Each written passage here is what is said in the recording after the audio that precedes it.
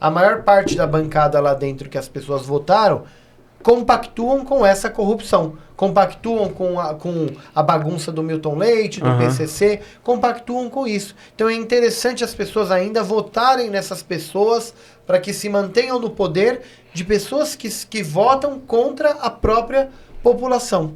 Né? Então isso precisa gerar um senso político. Eu sou totalmente a favor de que as pessoas não votem em pessoas que já estão lá dentro, que tirem todos, que renovem a bancada dentro da Câmara do Vereador, seja de direita ou de esquerda, mas que tire tudo que está lá dentro e se renove e entre um outro pessoal com uma ideologia diferente, com uma ideia mais nova e pessoas que estejam comprometidas, independente da sua posição, a combater a corrupção e que trabalhem de verdade a favor do povo.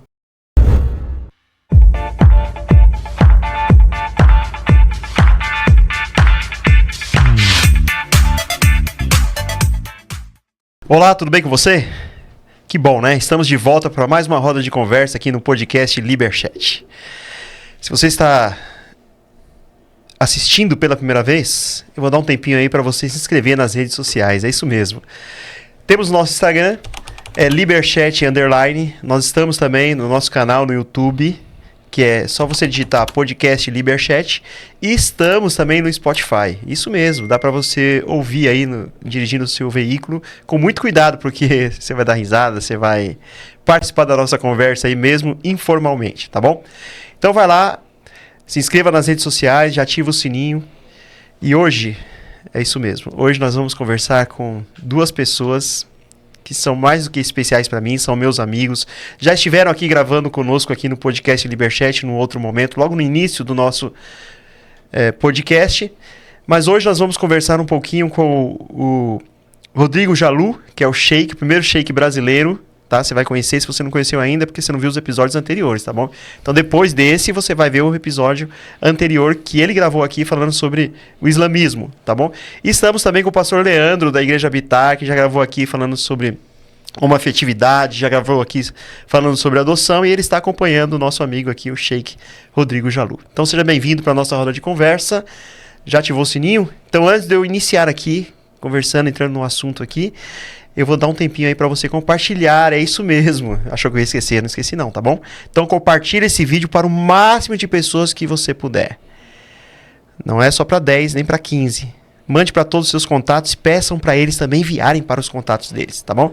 A gente faz uma corrente aí do bem. E não esqueça de comentar aí também o que você achou do nosso assunto aqui da nossa conversa, tá bom? Sejam bem-vindos, pastor Leandro, da Igreja Habitar, e o Sheik Rodrigo Jalu.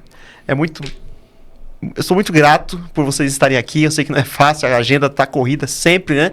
Mas sempre arruma um tempinho para estar aqui para conversar com a gente. Então sejam bem-vindos, fiquem à vontade. A casa é nossa, o estúdio é nosso, tá bom? Bom, muito obrigado, Wilson.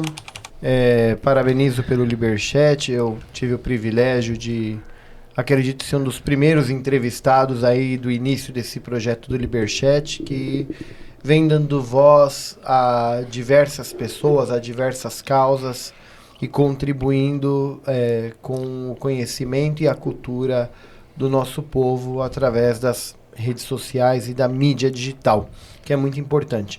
Agradeço o convite também em abrir essa oportunidade. Hoje venho no Liberchat na condição de candidato a vereador em São Paulo, para não falar de islamismo ou outro tema, e sim para a gente falar de assuntos mais sérios, que independente a parte de amizade, nós falarmos de assuntos que realmente interessam coletivamente para a cidade de São Paulo. Exatamente, fique à vontade aí. Pastor Leandro, quer dar uma palavrinha aqui? Está acompanhando o nosso... Wilson, é um prazer mais uma vez estar aqui pela segunda vez. Eu só tenho que agradecer por essas oportunidades que você nos dá, essa voz, né, para a gente falar sobre temas tão relevantes, tão importantes para a sociedade, né, como foi o de adoção homoafetiva, sobre a homoafetividade e o cristianismo. E hoje nós estamos aqui, né, com uma proposta diferente, né, para falar desses assuntos, né, tão assim atuais para a sociedade, e estamos se aproximando das eleições. Então hoje eu estou aqui acompanhando, né, o Rodrigo Jalu, que é o nosso amigo, né? E estamos aqui para falar um pouco, né, dos projetos, um pouco do que ele está fazendo e o que os projetos futuros para aí a futura candidatura e o futuro mandato aí de vereador da cidade de São Paulo. Com certeza, recebe o nosso apoio aqui, né? Oficialmente, já falei com ele nos bastidores que ele é o meu candidato, até porque eu já conversei sobre as propostas e fiz questão que ele viesse aqui para que meus amigos, nossos amigos também conhecessem a sua proposta. E aqui você já sabe que está no Liberchat, liberdade de falar à vontade, tá bom? Obrigado. Mas para quem ainda não te conhece, quem é o Sheik Rodrigo Jalu? Tá, vamos lá. E lembrando que a parte desse ciclo de amizade aqui hoje, não há envolvimento de amizade nas questões ligadas às propostas, ao trabalho, né? Quando o Wilson fala que me apoia, eu acredito que seja por convicção. Exatamente. Né? E não por amizade. Uhum. Né? Bom, o Rodrigo, né? O Sheik Rodrigo, Sheik é um líder religioso do islamismo. Eu sou líder religioso do Centro Islâmico no bairro da Penha, em São Paulo. Sou uma pessoa atuante nas causas de direitos humanos, atuo com a população de rua e também sou protetor dos animais, atuo muito com a causa animal, principalmente porque os moradores de rua, eles também têm animais, então uma coisa engloba a outra. Comecei a atuar nas causas sociais em 2010, em 2016 eu fundo o Centro Islâmico da Penha, e quando eu fundo o Centro Islâmico da Penha, eu coloco como um local destinado, principalmente focado nas ações sociais. É o primeiro Centro Islâmico do Brasil, que na época do inverno, da época do frio, abre as portas para a população de rua poder se acolher, dormir dentro do Centro Islâmico. E com atitude nós conseguimos mostrar e quebrar vários estereótipos de que o muçulmano ele não é terrorista, que a religião islâmica ela não é terrorista, não é preconceituosa, e diferenciar o comportamento das pessoas da religião. Em meio a essa caminhada, o Sheik Rodrigo, hoje com 38 anos, né, eu venho conquistei grandes amigos nessa caminhada que agregaram muito essa minha trajetória. Trabalhei muito na questão do diálogo interreligioso. Também um destaque muito importante que destacou muito meu nome na mídia, Wilson, foi a questão da minha amizade com o padre Júlio Lancelotti, ao qual já faz cerca de 7 anos em qual eu tenho amizade e atuo junto com o padre Júlio Lancelotti com a população de rua, que também, graças a Deus, me indica como candidato dele. Já disse para todo mundo que não só vai votar em mim por convicção, não por amizade, mas que também eu sou o candidato dele, ele indica a minha candidatura para as pessoas que apoiam a luta dele, porque nós temos diversos fatores em comum. Então esse é o Sheik Rodrigo Jalu, no aspecto de trabalho, de ações e as pessoas que estão em minha volta. Só a título de curiosidade, eu não te conhecia, embora você já fosse conhecido, né? Mas eu até mandar um abraço pro padre Júlio Lancelotti, né? Um grande abraço, sabe que eu sou um apoiador das suas ações, do senhor, né? Eu sempre digo que o padre Júlio Lancelotti, ele é um Cristo aqui, e uma referência para mim em termos de cristianismo, né? Pelas práticas que ele faz, pelas ações que ele faz. E a propósito, ele foi um dos primeiros a gravar no podcast. Exato. E foi uma corrente assim de pessoas que vão indicando um ao outro. E ele conversando aqui no podcast, ele falou: você precisa conhecer o Sheik, porque as pessoas moradoras de rua eu mando para lá pra mesquita dele. E aí eu falei, nossa, mas o Sheik ele trabalha também com ação social, e geralmente a gente tem uma impressão que a religião muçulmana é negativa, né? E eu pude ter uma impressão positiva, não só da sua pessoa, mas também da religião do Islã, né? Conhecendo mais de perto você, e nos formamos uma amizade, chamei você para gravar, você veio prontamente, e aí você indica também o pastor Leandro, então o ciclo de amizade foi só aumentando, né? Exatamente. E é muito bom, porque o Leandro já te conhecia, acho que você pode falar um pouquinho sobre ele, rapidinho, hein? Porque você conheceu o Sheik primeiro que eu, né? Não, então, falando nesse negócio de a visão que a gente tinha que nós temos do Islã, a gente tinha uma igreja lá no Belém, e eu estava realizando um culto na semana, a igreja estava um pouco mais vazia, e daqui a pouco chega o Sheik Rodrigo com aquelas roupas, turbante, com um monte de homem do tamanho dele, assim, e eu pensei na hora, nossa, eles vão metralhar aqui, vai matar a gente, né? E a gente teve uma conversa, e isso foi há 4 anos atrás, e nesses 4 anos eu pude conhecer o Sheik Rodrigo, se tornamos amigos, né? E eu estou agora apoiando ele na candidatura porque eu sei que ele é uma pessoa que não irá fazer, ele já faz. Exatamente. Ele já tem um projeto social contínuo, porque, Wilson, a gente fazer uma ação social um dia, todo mundo faz, mas você manter todos os dias é muito difícil.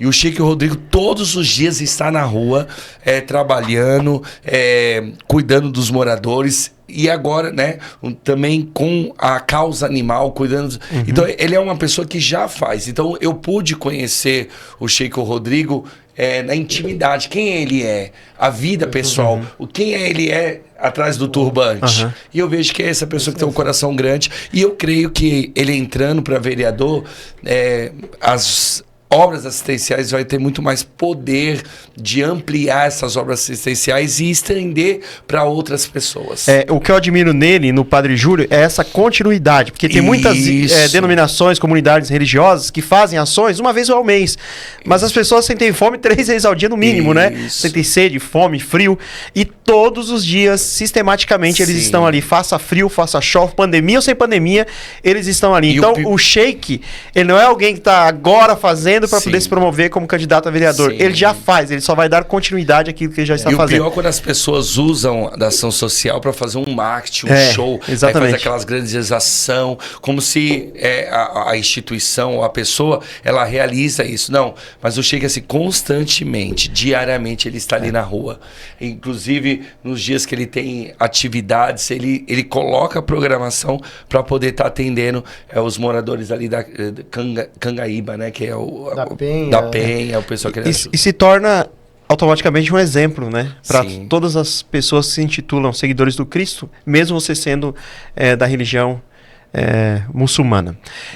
Sheik, falando sobre política agora, para a gente aprofundar um pouquinho mais aqui no nosso tema, nas suas propostas, assim, muita gente vota sem saber como votar.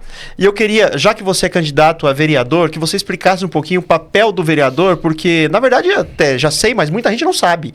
E precisa entender qual é o papel do vereador, tá bom? Para que eles possam votar consciente, porque às vezes, né, aparece um camarada que é candidato, só porque tem algumas propostas ali aparentemente boas, mas não sabe qual é o verdadeiro papel do vereador. E muita gente vota acreditando no que o cara está falando, mas ele, como vereador, não vai conseguir fazer o que prometeu, porque esse não é o papel do vereador. Eu queria que você, de forma bem clara, falasse aí para as pessoas. Bom, vamos lá.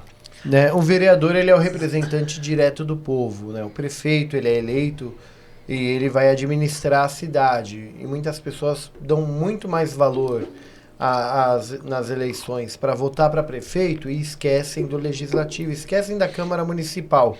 Só que o representante real do povo ali é o vereador. O vereador é o que vai analisar o orçamento da cidade. O prefeito precisa de quanto de verba para poder implementar, injetar na saúde, na educação no próximo ano, no próximo mandato.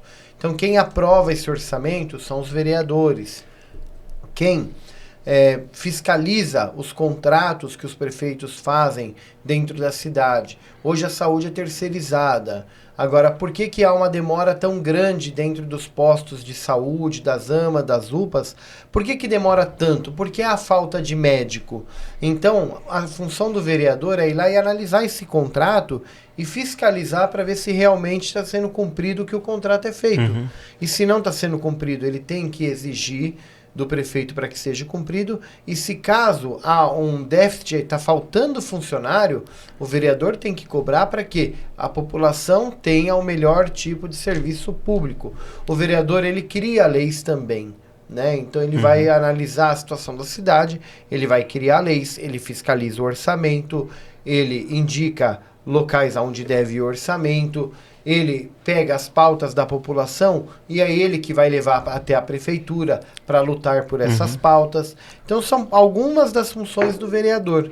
Mas agora em época de eleição, a diferença do que você falou com relação ao meu trabalho, o pastor Leandro falou, O que nós temos é algo chamado compromisso. E compromisso é algo que a gente tem que ter todos os dias. Se você casa, se você tem um matrimônio, você não pode amar a sua esposa e o seu esposo só no dia que te dá vontade. Ou no dia do aniversário dela ou no dia dos namorados. Você tem que Todo amar dia. você tem filho, é um compromisso. Você tem um animalzinho, é um compromisso. Você tem uma pessoa para partilhar a sua vida, é um compromisso. E o compromisso não é algo opcional. Né? O compromisso é algo que a gente coloca na nossa vida e ele se torna meio que uma obrigação. É um compromisso de vida que eu coloquei na minha vida, tentar usar da minha influência para ajudar as pessoas que não têm voz. Seja a população de rua, seja os animais, seja alguém de uma comunidade, seja alguém no posto de saúde que não foi atendido. Então isso chama compromisso. O compromisso me faz eu ter uma grande convivência com diversas causas, e uma vivência diferenciada que outros não têm. Então agora em época de eleição, nós vamos ver muita gente falando pela saúde, pela educação, vote no fulano. Aí você vai analisar o que essa pessoa que aparece do nada a cada 4 anos, o que ela lutou pela saúde e pela educação. Né? Muitas das vezes também as pessoas têm o péssimo hábito de pegar papel do chão sem conhecer a pessoa e vai pela cor do papelzinho no dia da urna e vota ali em alguém que ela pega um número do chão. Como se fosse lançar sorte, assim, né? Exato. E muitas das vezes também nós vemos candidatos que nós já conhecemos de nome, são muito famosos pelo nome, porque tem a máquina pública na mão, tem grana, tem influência, mas ninguém sabe quem é a pessoa. Se passar por você na rua, você não o conhece e não sabe o que ele fez. Né? Então, o que nós apresentamos hoje é o quê? É uma candidatura que as pessoas lembrem nos próximos 4 anos. Eu votei no Sheik Rodrigo, ele é o meu vereador. Agora, as demandas do meu bairro, as demandas da minha região, as pautas da saúde, da educação, da causa animal, do meio ambiente, eu vou cobrar do meu vereador que eu votei. A maior parte da população de São Paulo não recordem quem votou para vereador na última eleição. É verdade. E é interessante porque, na realidade, enquanto você falava qual era o papel do vereador aqui, eu diria que você já faz esse papel. Se você pesquisar aí nas redes sociais do Rodrigo, você verá que todos os dias, além dele fazer esse trabalho social, ele também fiscaliza, porque várias vezes eu vejo seus vídeos aí, às vezes curto, comento, as denúncias, né? As denúncias que você vai fazendo diariamente naqueles... em algo que você vê que está errado e você tem voz para falar, tem coragem para se expor e para falar. Então esse é um trabalho que ele já tem feito diariamente, agora oficialmente, eu creio que muito em breve, né, com mais poder como vereador. Entrando um pouquinho na área, você citou sobre saúde, eu estive recentemente com o pastor Leandro, né? Sim. E posso falar aqui, né? Somos amigos. Claro, o pastor Leandro estava com uma infecção no olho. Isso. E eu falei, você foi ao médico, né? Ele falou assim, não, eu vou num particular. Eu falei, vai num particular. Por quê? Existe um problema na área da saúde, e outro dia eu vi um vídeo seu que você também estava com problema de saúde, procurou uma UPA, né? Uma UBS, e você não conseguiu ser atendido ali. Então você sofre na prática também quando você procura Eu também já fiquei várias horas numa unidade básica de saúde, nas UBS, e fui ser atendido no finalzinho da madrugada, e ainda chegou lá e passou um Voltaren, um Tadrilax para ir embora, e eu vi que não era esse o problema, né? Então, como fazer para melhorar essa questão da saúde? Que eu sei que você está engajado nisso também, né? Além da área... As propostas que nós temos para apresentar e que nós vamos defender foram criadas não pelo Sheik Rodrigo, foram criadas com um grupo de profissionais de cada área, porque eu não represento todas as áreas, mas um vereador tem que estar apto para representar todas as áreas. Então, o que nós temos formado é o que nós chamamos de mandato participativo. Eu sou o candidato a vereador, mas eu tenho pessoas de todas as áreas e todos os grupos para poder me auxiliar e me ajudar a dar a resposta para a população da melhor forma. E isso é bem importante, né? Porque você não fica respondendo por um todo, mas você delega funções, né? Antes de eu falar da saúde... o que dá para ser feito na saúde, o que nós precisamos entender é a atual situação da saúde, aonde o serviço de saúde na cidade de São Paulo ele é terceirizado, é a primeira nota. A segunda nota, essa terceirização que a prefeitura faz, ela paga um valor para a instituição, essa instituição precisa retornar para a prefeitura relatórios de trabalho. E isso acarreta em quê? Em que os médicos dentro das unidades básicas de saúde e nas unidades de pronto atendimento precisam bater metas para a prefeitura. Significa o quê? Um médico que assume um posto numa UBS, ele tem que bater uma meta de 600 atendimentos por mês. Tá, só licença um pouquinho. Deixa eu ver se eu entendi. Então todas as UBS, elas são privatizadas? Acredito que 100% delas Olha, estão é uma privatizadas. novidade, eu não sabia. Pra mim era diretamente com a Não, prefeitura. você vai ver lá o convênio escrito. Tá. Deve ter vários convênios, mas...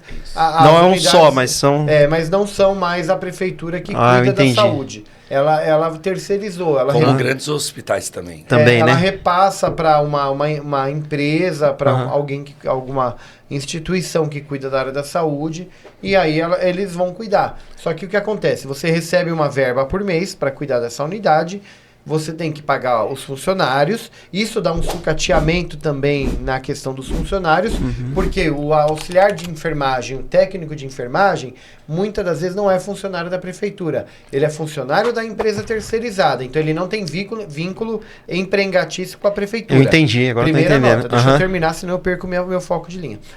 Ele não tem vínculo empregatício com a prefeitura, ele tem vínculo com aquela empresa terceirizada. A empresa precisa bater meta. Então, o que acontece? O médico, ele tem uma meta de 600 atendimentos ali no consultório dele mensal. Se ele tentar atender as pessoas de uma forma mais humanizada, tentando entender a dor da pessoa, provavelmente ele vai perder o emprego dele, porque se ele não bate a meta numa empresa, ele perde o emprego. Nota número 1. Nota número 2. Por mais que ele entenda a dor da pessoa, ele não pode passar medicamentos mais caros ou complexos, porque aquela pessoa não vai ter condição de comprar. Então ele sempre tem que estar atento psicologicamente, você vê o psicológico do cara, ele tem que estar atento ao medicamento que tem dentro da farmácia da UBS, que é para ele sempre dar um medicamento que a pessoa vá lá e consiga pegar, para dizer que a saúde está... Ok, esse sucateamento do SUS em São Paulo é impressionante. Então ele tem que estar atento que o quê? Tem dipirona? Tem. Então vamos lá, a tua dor é essa, ele tem tantos minutos para te atender, vou te dar a dipirona, você vai tomar tantas vezes ao dia e pega na farmácia. A pessoa sai de lá pensando o quê? Fui diagnosticado e estou saindo medicado, tá legal a saúde. Outra coisa, a gente sabe que a fila dos exames mais complexos, como uma tomografia, como a oncologia, uma endoscopia, os exames de alta complexibilidade, os médicos hoje em dia, por mais que eles desconfiem que um paciente necessite, eles agora, principalmente em ano eleitoral, para dizer que o prefeito falar que nós reduzimos a fila de exames de alta complexibilidade, simplesmente os médicos são privados de pedir esses exames. Nossa. Então, quando os médicos param de estar pedindo os exames e param de indicar medicamentos que realmente dariam resultado, automaticamente vai aparecer que a fila do SUS diminuiu. Ela não diminuiu. Você sucateou o trabalho das pessoas que trabalham ali. O médico trabalha estressado, o auxiliar e o técnico de enfermagem mal remunerado, as pessoas trabalham com um atendimento menos humanizado, focando só em metas. E, resumindo, a saúde não chega a lugar nenhum. Agora, isso é uma das coisas que acontece. É a realidade, né? Agora vamos falar do que a gente propõe como candidato a vereador. Nós estamos na maior cidade da América Latina, uma cidade que 24 horas funciona, não dorme. E nós temos superlotações dentro das UPAs e das UBSs. E tem casos que são de UBSs que a pessoa acaba indo na UPA, pensando que eu vou no pronto atendimento e eu vou ter um atendimento, uma medicação mais rápida, que eu não vou ter na UPA. Então nós precisamos lutar para que, regionalmente, em cada região de São Paulo, que não seja todas, mas precisa ter uma UBS mãe, uma UBS que trabalhe 24 horas para desafogar as UBSs que trabalham no período diurno. Porque há muita gente que às vezes trabalha em outros períodos e só teria o período da noite disponível. Uma pessoa não pode faltar no serviço para levar o filho para ficar das 7 da manhã até as 6, 7, 8 horas da noite numa UBS presa. Pode perder o emprego, financeiramente, acarreta em outros problemas. Então, as UBSs têm que funcionar, mas em cada bairro tem que ter uma UBS mãe que essa UBS mãe funcione 24 horas. A parte disso, um dos problemas grandes dentro da saúde, que muita gente não sabe, é que quando você chega numa UPA ou você chega numa AMA, a maior parte delas não tem laboratório próprio. Então, o que acontece? O médico pediu um exame de enzima para aquela pessoa que pode ser, possivelmente, está infartando. Então, ele precisa saber se a pessoa está infartando. Ele pede o exame de enzima, e esse exame de enzima é feito uma coleta de sangue muito simples, porém, como não há laboratório em grande parte das UPAs e das AMAs, ali existe uma plaquinha lá no laboratório do horário que o motoboy passa para levar o exame para o laboratório. Então é engraçado, aí passa lá 2 da tarde, 5 da tarde, 7 da noite, 2 da manhã. Então vem o motoboy, então às vezes você recolheu o exame agora 2 horas da tarde. Mas aquele exame vai ficar parado, aquele sangue vai ficar parado até as 4, que é a hora do motoboy passar. Aí você ficou parado já 2 horas no serviço de atendimento. E o exame nem saiu dali ainda, né? Nem saiu dali. Aí ele leva para algum lugar que é o laboratório conveniado, até ser analisado, até sair o resultado, para enviar para a UPA de novo, 7, 8 da noite, que é a outra volta do motoboy, que vai vir buscar outros exames e trazer.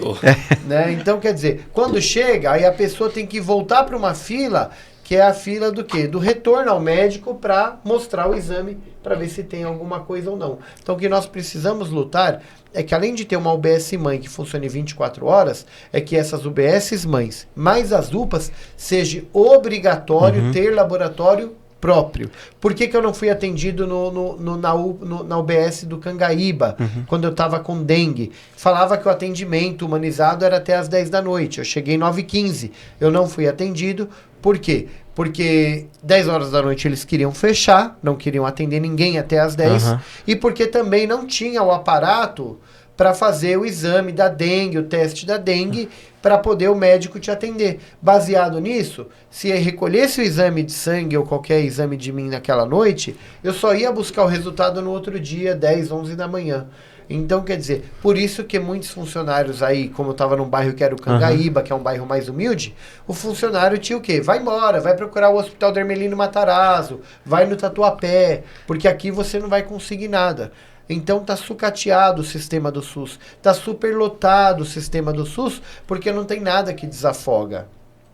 E além de tudo, a falta do direito de pedir o exame mais complexo, de dar o medicamento correto, isso daí tudo acarreta num sistema de saúde onde as pessoas ali vão ter uma expectativa de vida menor, não vão, é uma falsa saúde. Silvio Santos morre com 93 anos, mas quanto que esse homem não fez de check-up anualmente? Agora, as pessoas com 60 anos e 50 anos... A prevenção, né, das doenças. Exatamente, nós temos que trabalhar com a saúde preventiva, porque a UPA tem que ser de verdade uma unidade de pronto atendimento em último caso. E às vezes você vai numa UPA como eu vou, eu tô com a pressão alta, é porque eu tô com uma dor aqui, porque as AMAs não estão conseguindo fazer o trabalho delas. E poderia evitar chegar até lá, porque evitaria congestionamento de pessoas ali. Pede uma endoscopia, quantos meses você vai levar para conseguir um exame de endoscopia dentro do serviço público de saúde? A pessoa desiste. Ela vai ter uma gastrite, uma úlcera, mas não vai conseguir fazer uma endoscopia para diagnosticar. Aí pula para onde? Você vai tomar um omeprazol durante tantos dias. O omeprazol é cancerígeno. Mas aí você vai tomando omeprazol para aliviar a dor até... Então, quer dizer, há um sucateamento. Então, a gente precisa fazer o quê? Rever os contratos dessas empresas terceirizadas, ver se realmente o quadro de médicos está sendo cumprido, porque tem muita UPA que às vezes tem um médico, mas no contrato está sendo pago 5. Então a gente precisa... E o dinheiro desviado ali, né? Não sei. Mas... Aparentemente, né? Não tem como provar, mas... Mas eu tenho contrato que o quê? Tem que ter 5 médicos e tem um médico trabalhando. Então tem algum problema. Alguma coisa está errada ali. Não sei se ele está de licença, não sei se ele também ficou doente, mas há um médico trabalhando no lugar de 5. Há uma superlotação, a falta de medicamento, a falta de autonomia do médico pedir um exame de alta complexibilidade. Isso tudo gera um acúmulo muito grande na fila do SUS e do atendimento público municipal. E a falta do medicamento correto. Porque não adianta tudo ser virose e não adianta tudo se resolver com dipirona. Antigamente tudo era bezetacil. Né? Exatamente. Na minha época, tomei muita bezetacil. Agora imagina essa situação com alguém que está sentindo dor e ficaria o dia inteiro. Então aquele ambiente realmente fica um ambiente meio que hostil, né? De reclamação. Você olha pro semblante das pessoas, estão ali cabisbaixas, com dor, angustiada, com fome, ficando um tempão ali na espera. Sim, não é um lugar prazeroso. Não é horrível. Curtindo o dia, né? É horrível. Porque para clínico geral, você até, às vezes até encontra, mas é que nem ele tá falando. É a especialidade. Por exemplo, eu tava com conjuntivite, e eu passei, o cara mal me atendeu, olhou pra minha cara, é uma infecção, passou um colírio, deu uma injeção, só que ficou 2 semanas.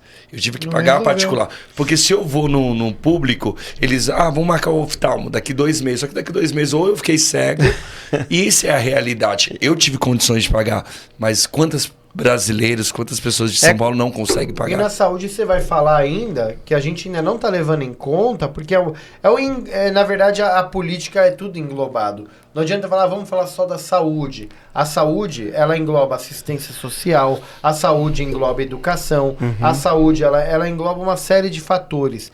Acessibilidade.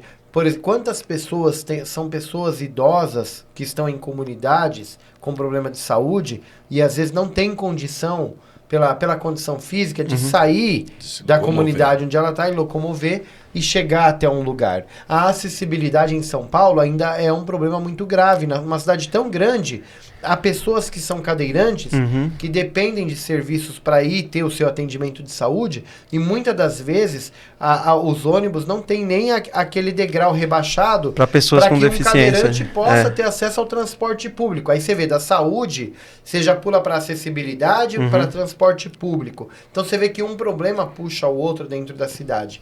E por que isso não é resolvido? Porque as pessoas não são ouvidas. Porque a convivência que a gente fala do dia a dia faz com que a gente não enxergue. O prefeito, se estiver andando de helicóptero para lá e para cá, e os vereadores, depois que ganham voto, se não estão novamente convivendo com as pessoas que foram a base eleitoral dele, e vendo, ouvindo, e com um olhar mais humanizado, poxa, olha esse cadeirante, como que essa pessoa vai embarcar nesse ônibus? Se a gente não tiver esse tipo de reflexão, a gente nunca vai buscar a resposta. E se a gente não for lá conversar, né? Dentro da sala de aula, vamos falar de saúde ainda, mental, né? Quantas pessoas hoje aí em sala de aula, a gente vê professores estressados, porque numa sala de aula com 30, 40 alunos, ele tem 2, 3 alunos autistas e ainda deve ter algum aluno PCD, que ele às vezes não consegue dar a mesma matéria com a mesma velocidade para todos, e ele sozinho não consegue dar a educação de qualidade e o respeito que um aluno autista merece, um aluno PCD merece, e também os outros também. Isso faz com que gere um estresse psicológico para o professor, isso faz que também afete psicologicamente os alunos da sala de aula, gere bullying. Uma série de... o aluno que é autista talvez fique até pior no ambiente que ele teria que estar de ensino. Então, uma série de fatores que, quando a gente fala de saúde, você vê, já pulamos para a educação. Então, e há essa deficiência. Então, você precisa contratar professores, educadores, psicólogos que saibam trabalhar, saibam conviver com as pessoas autistas, com PCDs, e trazer para serem auxiliares dos professores na sala de aula, para que desafogue esse estresse. E tudo isso que eu falo ainda te volta para a questão do emprego, geração de emprego. Quantos professores estão mendigando por uma vaga de emprego, por um concurso público, por uma oportunidade para trabalhar? Então tudo isso daí até acarreta na geração de emprego. Por isso que uma coisa leva a outra, né? E você falou uma coisa aqui que eu fiquei pensando, a questão da mobilidade urbana, porque essas pessoas que moram na comunidade, que às vezes uma pessoa idosa tem dificuldade para... Minha mãe mesmo tinha dificuldade para pegar ônibus, porque muito alto. É alto para ela subir ali. Então ela tinha que ir com alguém acompanhando, como eu tinha carro, então ou eu levava ao médico, quando não podia ir, tinha que pagar um Uber, um táxi para poder levá-la, porque para ela subir sozinha no ônibus era muito difícil para ela subir. E o motorista com paciência, é muito difícil. Espere exatamente, não tem isso. E aí o que acontece? Ela não vai fazer um tratamento preventivo muitas vezes, porque ela tem dificuldade. Então só vai ao hospital, geralmente, quando tá no final mesmo, que chama o resgate lá, né, liga pro bombeiro para levar e vai na maca, né, na ambulância, para um hospital. Exatamente. Por entrar nesse assunto agora, deixando um pouquinho sobre a saúde, que é muita coisa, né? Tem muita coisa para fazer, hein? Sim. A questão da mobilidade urbana, a gente entrou nesse assunto aqui. A questão das tarifas de ônibus, o que você acha sobre isso? É muito cara? Você acha que dá para manter? Essa questão das empresas aí que estão... A Polícia Federal tem investigado aí, algumas estão envolvidas com crime organizado. Você já... Quais são as suas propostas? Essa questão que você está falando da tarifa de ônibus, isso daí já é mais ligado à pauta do prefeito. O vereador não entra muito nessa área? Não, isso daí é ligado ao prefeito. O Ricardo Nunes conseguiu zerar a tarifa de ônibus aos domingos. O Boulos vai manter e pretende ampliar para que seja todo final de semana e feriado. Então é uma pauta ligada muito ao prefeito, obviamente com o apoio dos vereadores que vão aprovar isso na Câmara Municipal. E, obviamente, aquilo que é benéfico para a população, a gente tem que votar a favor. Então, se tem um caixa e há como zerar a tarifa do ônibus para a população, final de semana e feriado, para ter um lazer, uma economia no lazer para a população, vamos zerar. Eu não acredito que a cidade de São Paulo consiga zerar a tarifa 100% todos os dias da semana. Eu não creio nisso. Aí já é o mundo de Ricardo Nunes, mas... Uma utopia, quase. Exatamente. Mas pelo menos feriado, final de semana, isso daí eu creio que dá para ser trabalhado. Mas é uma pauta mais ligada ao prefeito. Agora precisa sim, o vereador o quê? Rever os contratos das empresas de ônibus, há várias denúncias e indícios de corrupção, de máfias, de empresas ligadas ao PCC. Então precisa ter coragem para pegar esses contratos, ler esses contratos e exigir do futuro prefeito de São Paulo que, olha, nós temos aqui, o que nós vamos fazer com relação a isso, né? Então, como que nós vamos combater a máfia dos transportes? Isso tem que ter uma coragem do prefeito junto com uma bancada de vereadores que estejam interessados. Agora, com a bancada atual que nós vemos, por mais indícios de corrupção que tenha, a maior parte da bancada lá dentro que as pessoas votaram compactuam com essa corrupção, compactuam com a bagunça do Milton Leite, do PCC, compactuam com isso. Então é interessante as pessoas ainda votarem nessas pessoas para que se mantenham no poder de pessoas que votam contra a própria população. Né? Então isso precisa gerar um senso político. Eu sou totalmente a favor de que as pessoas não votem em pessoas que já estão lá dentro, que tirem todos, que renovem a bancada dentro da Câmara do Vereador, seja de direita ou de esquerda, mas que tire tudo que está lá dentro e se renove e entre um outro pessoal com uma ideologia diferente, com uma ideia mais nova e pessoas que estejam comprometidas, independente da sua posição, a combater a corrupção e que trabalhem de verdade a favor do povo. E que tenham coragem de fiscalizar, né? Porque os que estão lá já estão aculoiados, assim, já estão acomodados, né?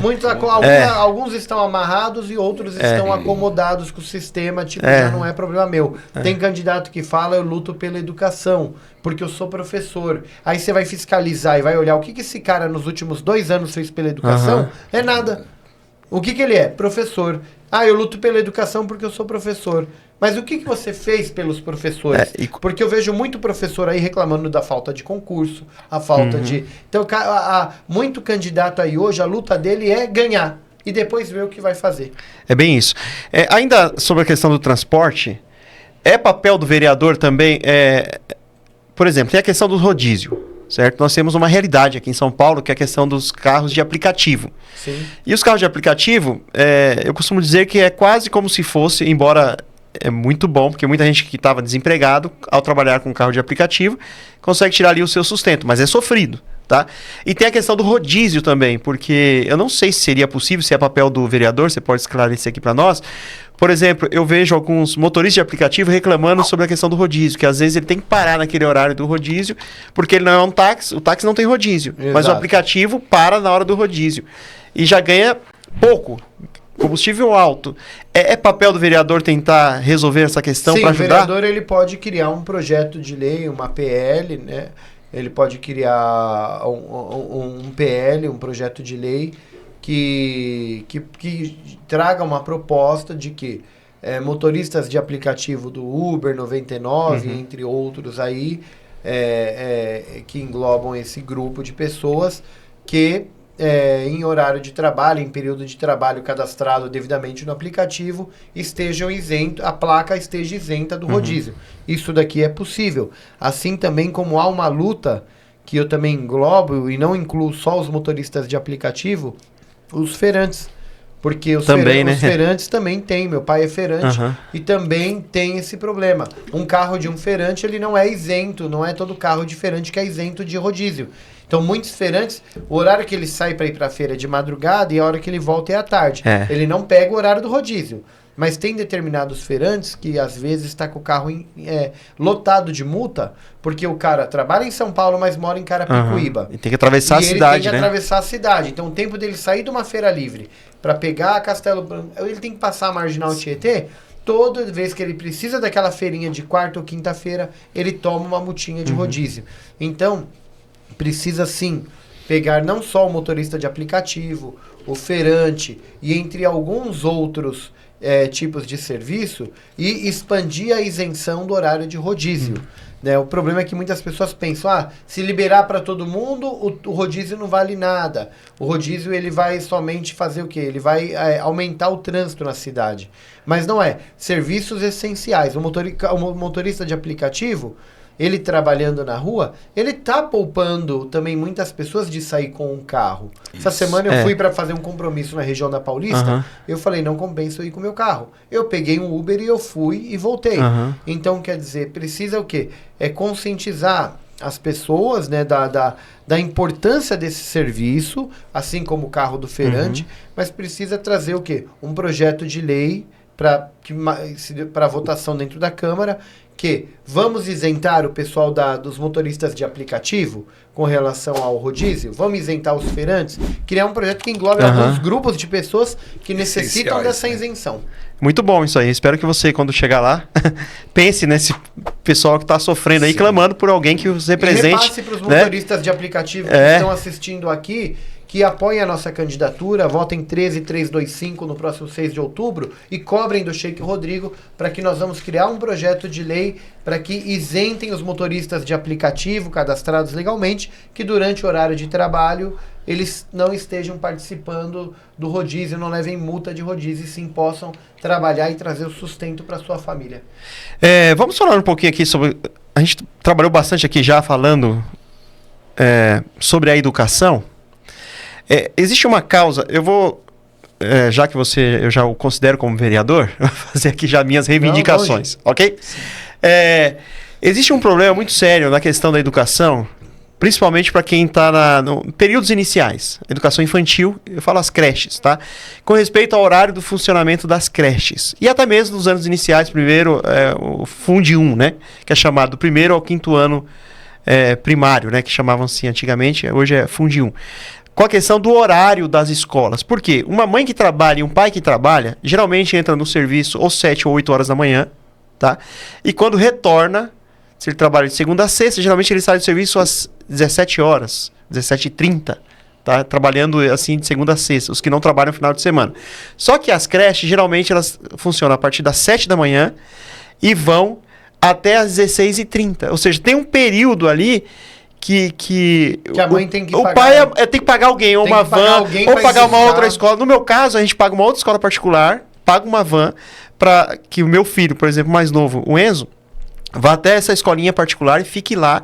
E depois, às 7 horas da noite, eu passo, ou minha esposa vai lá e pegue e leve para casa. Porque essa dificuldade não é só nossa. Então, é uma realidade que, às vezes, passa desapercebido para quem já está lá e já não precisa desse serviço, né? Agora, você imagina uma mãe que mora na cidade de Tiradentes, mora em Guaianazes, que sai às 5 da manhã de casa e volta para casa às 7, 8 da noite, porque só o trajeto para chegar até o centro de São Paulo é 2 horas, 3 horas... super lotado, como que ela tem que fazer? Você não é só a questão do horário das creches e das escolas, mas você tem que levar em conta a segurança da criança, porque o abuso sexual também, é grande, o assédio é grande. Você tem que confiar em deixar teu filho na mão de uma pessoa por um valor muito pequeno, 100, 200 reais que você tira do teu salário, só para que aquela pessoa receba a criança, leve a criança, põe a criança na perua para entrar na escola. Então, isso daqui tem que ser estudado. Como eu falei, a cidade de São Paulo é uma cidade que é uma das maiores metrópoles da América Latina e nós já não podemos trabalhar aceitando que essa cidade que não dorme, o serviço público seja o único que dorme na cidade. É estranho, né? É uma cidade que todo tipo de serviço público tem que ser trabalhado 24 horas. A polícia tem que trabalhar com uma força maior no dia e noite, principalmente no período da noite, onde há a reclamação da segurança pública, e não ficar dentro de guarita, escondido, comendo pizza. Nós precisamos o quê? Que as escolas e as creches trabalhem em tempo integral, ligado à prefeitura, não posso falar no âmbito estadual. Mas essas creches precisam trabalhar em tempo integral. E precisa, para a gente, de repente, chegar a propor o tempo qual é o horário que essa creche trabalha, eu acho que tem que ser caso específico, porque a cidade de São Paulo é muito grande e você não tem como pegar uma única fórmula e aplicar e ela transformar a cidade. Então eu preciso analisar, na cidade de Tiradentes, qual é o perfil das crianças e da mãe que está lá. Qual é o horário de maior pico que elas precisam? Tem mãe que sai 5 da manhã. Então, o que acontece? Precisamos estudar. Talvez uma mãe que trabalhe na região central de São Paulo e more próximo ao centro, o período dela das 7 às 7 da noite é ideal. De repente, a mãe da cidade de Tiradentes, ela precisa deixar a criança às 5 horas da manhã na creche e buscar às 9 da noite. Não pela folga da mãe nem nada, mas a gente sabe que também as escolas hoje é um meio das crianças terem a sua garantia e a sua segurança alimentar, é um meio, além da educação, é segurança alimentar, é higiene que pode ser gerada dentro da escola, que ainda vou comentar, que não faz tempo, não há mais projetos como esse, mas as escolas municipais, elas têm que trabalhar em grande parte com o ensino integral, o tempo integral, tem que se adaptar fazer um estudo de cada região, de qual é o horário que esse serviço consegue atender o povo. Porque se tiver um serviço que ele é imposto e não é adaptado ao povo, também não funciona, né? Ele não funciona, ele não está servindo o povo. Então você precisa ir lá no fundão de São Paulo, ouvir as mães e os funcionários. Ah, mas vai ter que pagar um pouco a mais para essa entidade, porque é terceirizado também. Tem que pagar um pouco a mais. Tá, vai ser pago um pouco a mais, mas eu preciso que você atendam as mães com coerência. O que não pode é a mãe ganhar um salário mínimo, um salário e meio, e ter que tirar 200, 300 reais e ainda confiar a segurança do filho dela em terceiras pessoas. Isso precisa ser estudado com um pouquinho de cautela, na verdade, né? A gente precisa se policiar um pouquinho na forma para a gente não falar geral. Não, nós precisamos estudar o extremo sul, leste, oeste, norte, centro. Cada região tem a sua característica e como são conveniados e é contrato, então cada contrato dá para a gente adaptar de acordo com a região. Muito bem, a sua colocação muito oportuna e muito inteligente essa sua colocação. Algo que eu vou lutar também, que eu queria citar aqui, que é importante. A volta da assistência, a gente está falando de um ensino integral. A criança vai fazer o que dentro de uma escola o dia inteiro?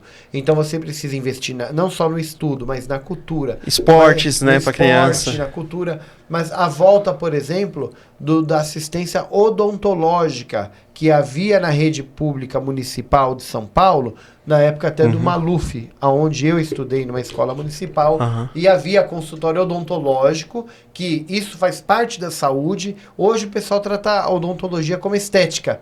Eu quero dente branco, retinho, com aparelho. Mas não é uma questão de saúde também. É uma questão de saúde. E quantas crianças na periferia, às vezes elas estão com os dentinhos estragados, sendo comidos, quebrados. Quantos jovens com 20 e poucos anos hoje, tá faltando um dente na boca, porque não teve a saúde bucal na infância, e hoje com 20, tem jovem que a hora que dá risada tá faltando um dente na boca, aí entra aquele sorrisinho tímido, porque não teve. Então, lutar pela volta da assistência odontológica dentro das escolas municipais, isso é uma bandeira e uma luta que nós vamos ter que ter junto com o prefeito que vier, para que volte a ter consultório odontológico agendado, para que o aluno não passe o dia inteiro lá, mas que as campanhas de vacinações voltem para dentro das escolas, para que a mãe não tenha aqui na UBS, dentro da escola, escola ele vai ser vacinado, ele tem assistência odontológica, ele tem cultura, ele tem esporte, ele tem lazer, ele tem educação, tudo dentro de um lugar. Ele vai ser assistido num todo ali, né? Exatamente. Naquela unidade ali da prefeitura. Uma sugestão aqui bem rápida, que talvez o pessoal aí que é empresário, e não sei se é possível fazer com a prefeitura, talvez as grandes empresas montarem também uma creche ali ao lado da empresa, ou a própria empresa ter uma creche ali, porque existe outro detalhe também, a questão da saúde. Quando uma criança passa mal numa creche que está com febre, eles ligam para os pais ir buscar. Aí o patrão, às vezes, não vai entender que uma vez tudo bem, mas 2, 3 vezes na semana, a pessoa saindo fora do horário para buscar o filho na creche, ele já achar que é. Então a sociedade ela cobra por um lado, mas por outro lado também não dá uma solução. Então talvez, uma sugestão aqui, humildemente falando, tá? É sugerir que os grandes empresários também façam nas suas unidades empresariais ali um local para abrigar essas pessoas, ou pelo menos né, a criança, né, algumas creches. Assim. Algumas empresas já existe esse serviço. Isso. Mas você calcula, eu tenho uma empresa e eu tenho meus funcionários, e eu criar um espaço que vai precisar ser fiscalizado pelo governo para dizer que é apto a ser considerado uma creche para criança. Então há a questão da burocracia, né? E também você precisa levar em conta a responsabilidade que determinada empresa tem que ter quando ela aceita crianças dentro do espaço de trabalho dela. Então isso daí também gera uma responsabilidade muito grande para a empresa. Uhum. E não é toda a empresa. Mas o que a gente tem que trabalhar como dentro da Câmara Municipal, dentro do âmbito político, é que nós não temos que pegar e jogar o dever do Estado, o dever do município, nas costas das empresas privadas. Os empresários pagam seus impostos e geram empregos. E o que a prefeitura puder fazer em colaboração com eles, para que eles possam gerar mais empregos, para que eles possam dar o melhor condição para os seus funcionários, isso já é o suficiente. Mas não pegar e tirar a obrigação do Estado e jogar para eles, né? Uhum. Porque já é feito. Quando já terceiriza... já está passando, né? Eu sou contra essas terceirizações, porque quando eu terceirizo a saúde, a educação, significa que ou eu não tenho condições, entendeu? Quando eu preciso de alguém para entregar esse folheto na rua para mim agora na eleição. Vai ter 2 casos que pode acontecer. Ou eu não tenho condição, tenho um problema na perna, não posso caminhar para entregar, ou eu não tenho condições físicas para entregar esse folheto, ou eu não tenho interesse, então eu vou lá e pago alguém. Eu falo, eu não vou sair na rua para entregar, eu pago alguém para...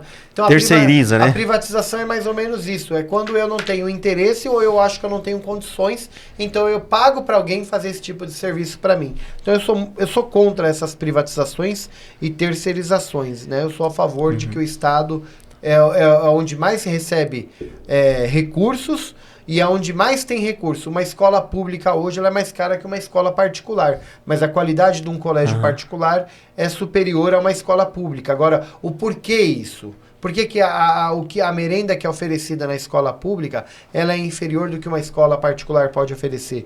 Porque a qualidade do ensino na escola particular é superior à escola pública. Quando você vê os gastos da educação, que o município investe na educação, é superior a qualquer outra escola pública. E era para ser o inverso, né? Era para ser o inverso. Nesse caso, nesse exemplo que você está dando... Pelo valor que é investido, é matemático. Sheik, o nosso tempo está esgotando aqui, e eu queria passar por 2 temas bem rápido, que você seja bem sucinto nas suas abordagens aí. Um é a respeito da causa animal. Eu lembro que uma época... vamos ser bem breve aqui, temos 4 minutos para encerrar aqui. Então deixa Antigamente passava aquela carrocinha e pegava os animais abandonados e levava ali para Santa Eulália, zona norte aqui de São Paulo, onde tinha um canil ali da prefeitura, e depois parece que antigamente eles matavam esses animais abandonados. Hoje parece que é proibido por lei, e eles então levam para adoção, né? Após terem um cuidado com eles. Mas acontece. Vamos lá, causa animal é um tema para a gente não tomar seu tempo.